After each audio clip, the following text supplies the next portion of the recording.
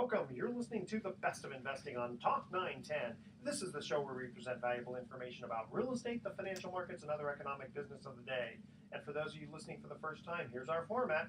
A few guys sitting around a bar having drinks without the drinks, talking business with you, the audience, listening in. I'm your host, Edward Brown, and I'm pleased to have as my co-host Mark Hanf of Pacific Private Money, California's fastest growing private lender, and Rick Warner of Keller Williams Realty. Our phone number is 888-912-1190. Write that number down, 888-912-1190, because you're going to use that number to answer the trivia questions for 3 vacations given away during each commercial break. That's right, we're giving away 9 vacations during this show. Now, the vacations are not sponsored by the radio station, but by Lighthouse Resort and Marina, which is located 2,965 miles away from Hawaii. You like that? Yeah. Okay, it's actually located 1 hour northeast of San Francisco. And the vacations are free. They only request a $75 cleaning fee to cover housekeeping expenses. Their website is lighthouse4fun.com. You can reach them at 916-777-5511. Today's trivia theme is seldom seen on TV, and you'll understand when I get to the question. And a special thank you to our videographer, Kramer Herzog. Hey, Kramer. Yeah, whose Eye of the Storm is playing in the International Film Festival in New Jersey, and he's actually recognized the Best of Investing on the film. Thank you very much, Mr. Kramer. Absolutely. Okay, and our website is bestofinvesting.com. Check us out on Facebook and YouTube by typing Best of Investing Radio Show. We're also on television, Comcast Channel 26 and AT&T Channel 99 on Saturdays at noon and Sundays at 6 p.m. Today we have a special guest, Aimee Elizabeth, who is the best-selling author of, get ready, Poverty Sucks, which we all agree, poverty does suck. No kidding. Okay. Aimee, welcome to the Best of Investing. Well, thanks. Thanks for having me, Edward. I appreciate it. Hey, Aimee, you've got a great story of how you achieved your wealth. Could you just share with our listeners real quick how you came up in the financial world? Well, I started as a broken, homeless teenager, and I started my first home-based business when I was 20, and I started up 3 others as well, and I started them on a shoestring budget for like $1,000 or less, and by the time I was 38, I sold them all off and retired, and I'm now a multimillionaire, successful real estate investor, business consultant, and best-selling author of Poverty Sucks, How to Become a Self-Made Millionaire. That's my story in a nutshell. Well, that's a great nutshell. So tell us, I saw an article that you shared with us that the headline is, Find Out Why This Millionaire Financial Guru Says College is a Waste of Time. Share a little bit about this with us.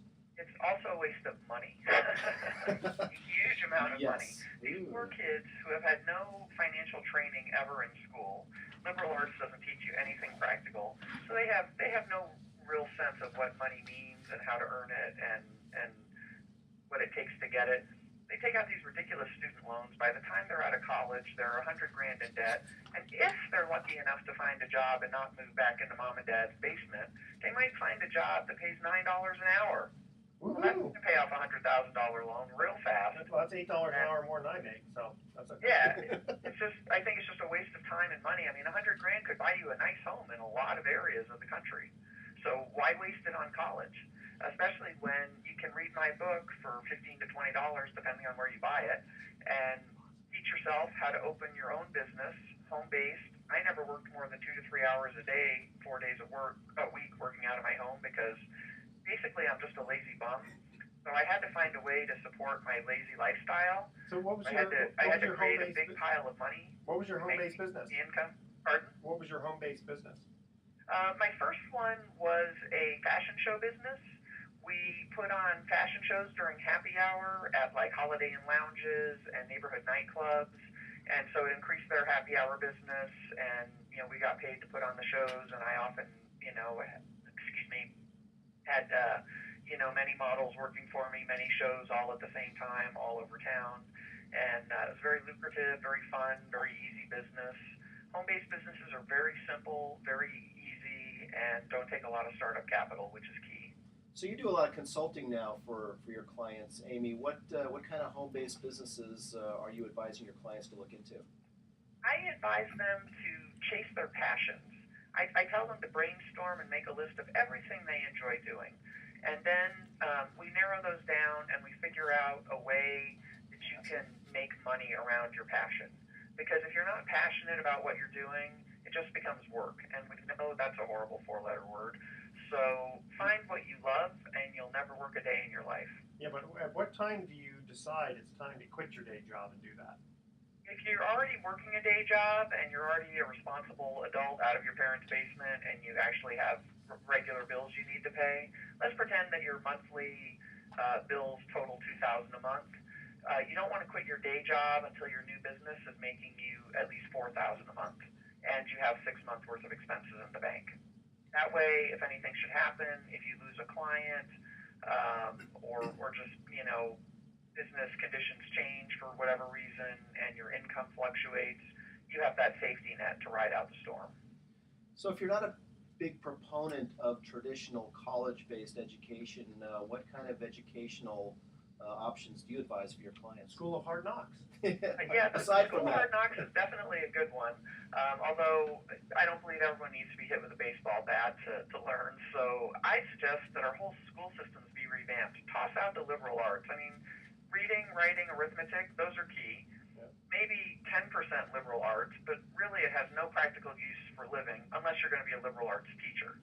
Teach people, about the tax code and the best way to structure their life and their finances and their investments to maximize what they get to keep and minimize what they have to pay to the government. You teach you all the laws that you need to know, useful things, how to budget, how to manage your finances, investing, everything practical that you need. We don't need to know about all these dead people from thousands of years ago. Yeah, well, actually, the one thing is I know that they say, history, those who ignore it are doomed to repeat it. And of course, you can always go to the college I went to, which was What's the Matter You?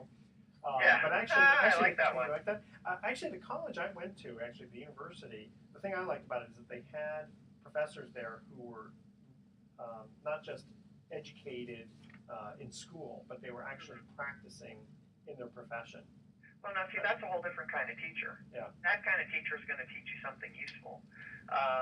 But the other thing I found by not attending college, because college also, again, they make you take all those useless liberal arts courses, whereas if you just focused on your area of interest and expertise that you wanted to become, you could save so many years and so much money.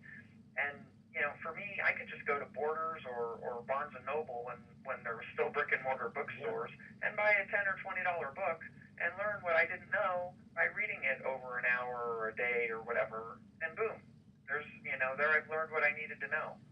So, one of your reviews of your book said that it's not just about getting rich by simply thinking positive thoughts. Tell us a little bit more about some of the things you share in your book for your readers.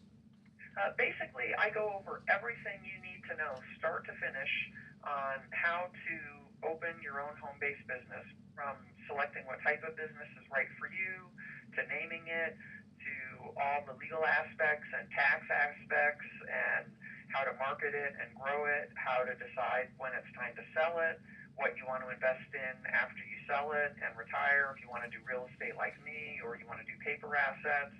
Or if you don't actually want to sell it, you could just hire a manager to run it for you, and then you never have to sell it. You can just keep the cash flow coming in that way. There's no one right way. There's a whole bunch of really good ways to do what I did. Aimee, hi, it's Rick Warner. Listen, hi, Rick. This sounds really fantastic. Why is it, do you think, that not more people are doing this already? I think, unfortunately, people get brainwashed. After 12 or 13 years in the liberal arts school system, you think it's the only way to go. And as far as the earlier comment about history repeating itself if you don't learn it, and my little joke about who cares about the dead people anyway, well, you know what? I've actually studied a fair amount of history, and we are repeating history. True. We're destroying our country by putting it into so much debt. People can't live on more than their means for only so long before they have to file bankruptcy. Our country's doing the same thing.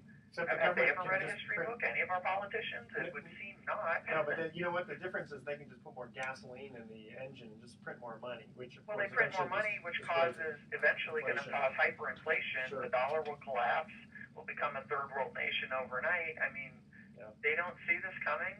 How stupid are they? Well, it's very short term versus long term. Yeah, exactly. So, But Aimee, yeah, they want to get reelected. Okay, They Aimee, want to kick the can down the road that's until it. they get That's reelected, the and job. then it's somebody else's problem. that's the job of a politician, is to get reelected. So, Right. Aimee, how do people get a hold of your book, Poverty Sucks?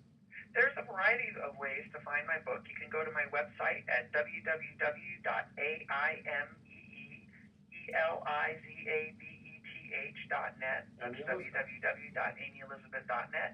You can also purchase it on Amazon.com, Borders.com, BarnesandNoble.com, any of the little .com bookstores, and pretty much any bookstore around you can find it in. So Great. there aren't any left.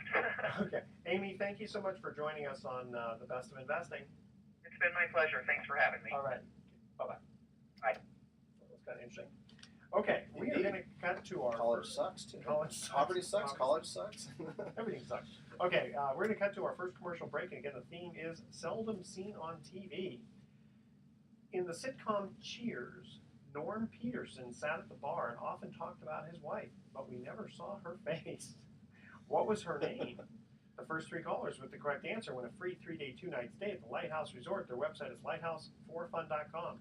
Call 888-912-1190. That's 888-912-1190 to answer this question. In the sitcom Cheers, Norm Peterson sat at the bar and often talked about his wife, but we never saw her face. What was her name? 888-912-1190. Make sure to include your name, your email address, speak slowly, spell out your email one letter at a time, and don't touch that dial because the best of investing will be right back. Okay.